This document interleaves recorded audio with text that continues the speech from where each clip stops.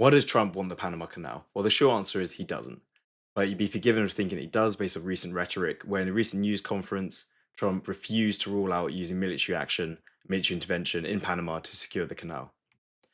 So the canal itself, quick breakdown. So it handles about $270 billion worth of trade annually, which is 5% of global trade. So this is a huge deal. It's a huge impact.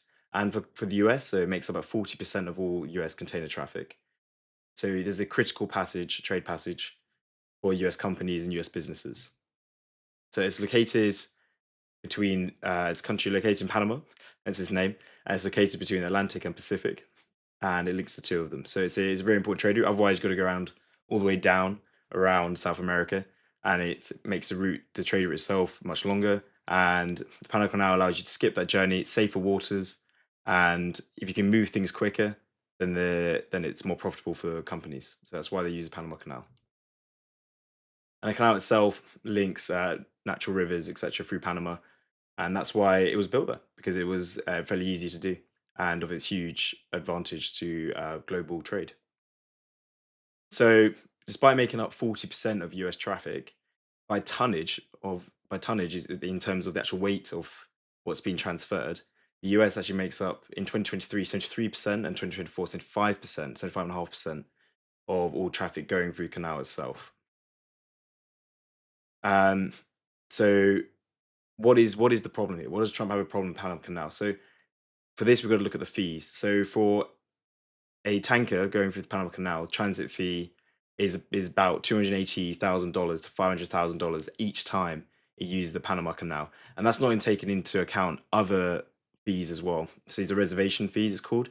So the company that manages, or say the group that manages the Panama Canal is the Panama Canal Authority, and they have increased their transit slot, the cost of their transit slots.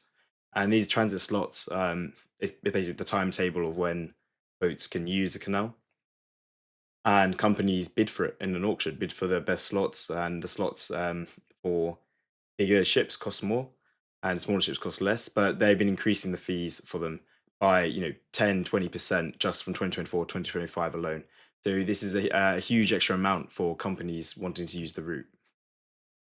And additionally, Trump has suggested that US warships using the Panama Canal are also being charged higher fees by the Panama Canal Authority, although this isn't true.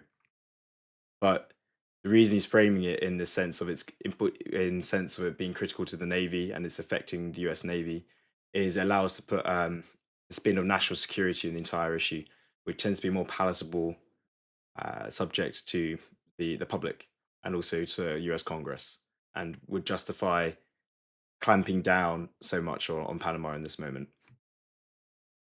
So why do these rising costs matter for US companies? So if we actually look, this all comes back to the US debt burden, which is its highest level ever. It's astronomically. We're sitting nearing $36 trillion, which, as you can see from the graph, is just shot up um, over recent decades, and that debt is held dominantly by the US public. So two-thirds of US debt is held domestically. However, this has impacts on the rest of the world, where we have Japan, China, UK, Luxembourg, Canada, Cayman Islands, Belgium.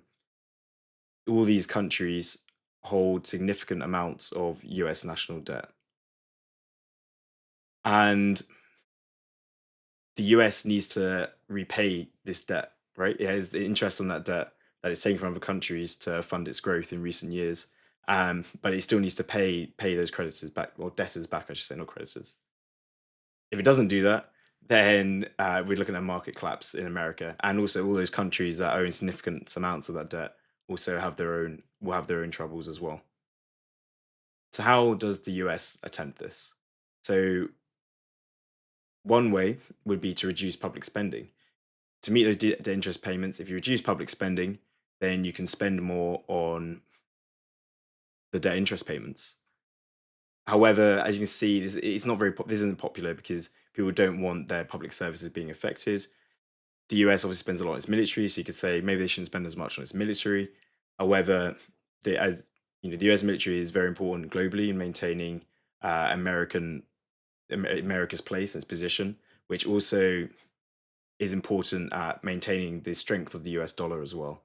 So reducing public spending isn't really an option. As we saw in California recently with the wildfires, there's a lot of criticism there about spending cuts on fire safety and emergency service responses there. So reducing public spending is not a positive for American people, and it will not be tolerated. You can increase taxes, however, that was also very unpopular. No one likes paying more tax. At least very few people do. Maybe some people do, but I definitely don't. And also, the thing is with this is Trump was elected on reducing taxes, so of working people and of people, yeah, and Americans, I should say. So then to come in straight away, increase taxes would be a complete betrayal of the electorate who voted for him. However, politicians do that.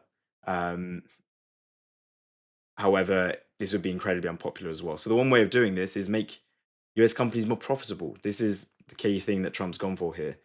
And if you make US companies more profitable, they pay more taxes on those profits that they make. And so the US government can obtain more taxes from making their own companies more profitable and then meet those debt repayments that it owes to the public of the US to other countries as well. And this is why it's critical that the US takes the Panama Canal, although it's not takes, it's more like putting pressure on Panama to favor the US, so favor US companies in maybe not increasing the transit fees for their ships, or maybe reducing them altogether, etc. So all he's doing here, all Trump's doing here, is putting pressure on Panama. He's not going to military invade it. I severely doubt that. Maybe maybe in recent days, and not recent days, in the future, I could be disproved, but I fully don't believe it at all. Trump's policy here is purely put pressure on Panama to make US companies more profitable.